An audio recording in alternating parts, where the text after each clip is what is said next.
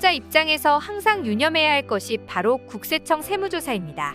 세무조사의 절차, 선정 방식, 최신 경향에 대해 알아둘 필요가 있는 것이죠.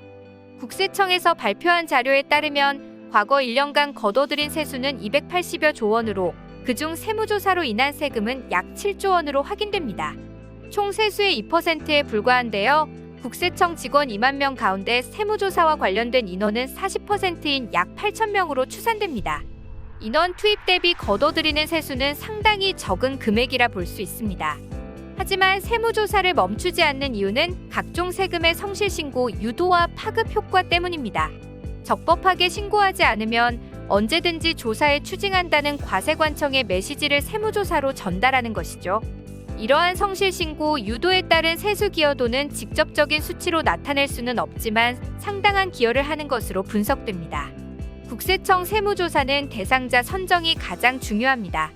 크게 정기선정과 비정기선정으로 구분되는데요.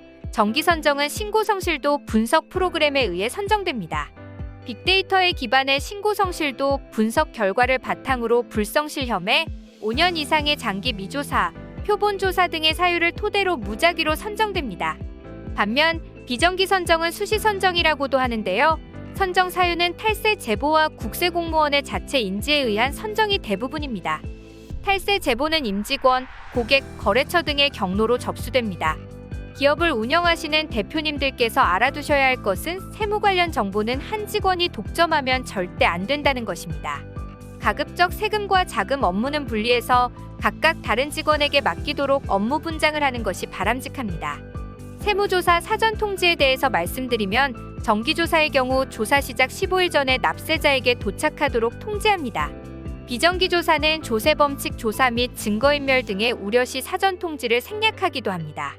세무조사 사전 통지서 안에는 조사 대상 세목, 조사 대상 과세기간, 조사기간, 조사 사유, 조사 제외 대상 등이 기재돼 있습니다.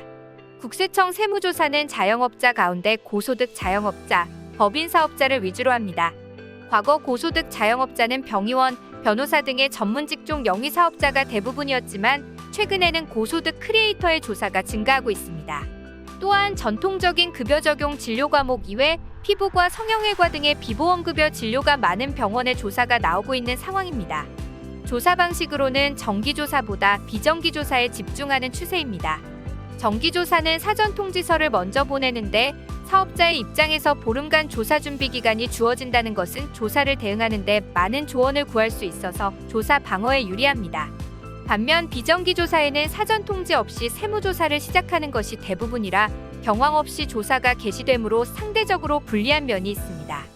세무조사 시 제출하게 되는 회사 내부 자료로는 회사 조직도, 업무 분장표, 임직원 명단, 법인 정관, 각종 의사록, 사규 등 기본 서류를 비롯해 카드 사용 명세서, 통장거래 명세서, 법인 및 대표자 부동산 취득 서류 등이 있습니다.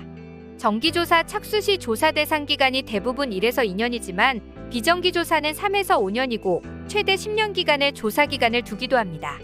따라서 비정기조사에 대응하기 위해 기본적인 서류 정도는 매년 결산 시마다 검토해두는 것이 필요합니다.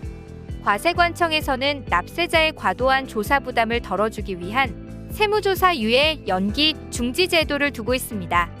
대표적으로 성실한 납세 의무를 이행하고 성숙한 납세 문화를 조성하는 데 기여하고 타의 모범이 되는 납세자를 선정해 모범 납세자 표창을 수여하는 데 선정된 납세자에게는 3년간 세무조사를 유예합니다. 또 철도 및 의료비 할인, 대출금리 우대 등의 각종 혜택을 주고 있습니다. 또한 세무조사는 특정한 사유가 있는 경우 연기, 유예, 중지 신청을 할 수 있는데요. 이는 납세자가 직접 신청해야 합니다.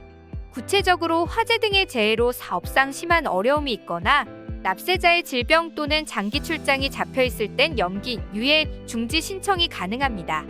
최근 세무조사에서는 소득지출 분석 시스템과 차명주식 분석 시스템을 통해 개인의 재산 이동 즉 상속, 증여, 양도, 자금 출처 조사가 확대되고 있습니다.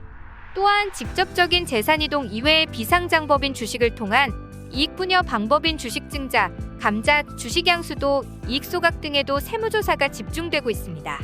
따라서 비상장 주식 이전에도 각별히 유의해야 하며 특히 시가결정, 주식평가에 있어서는 전문가의 검토를 받고 진행하시길 바랍니다. 이상 중기이코노미 기업지원단 세무회계 이슈였습니다. 감사합니다.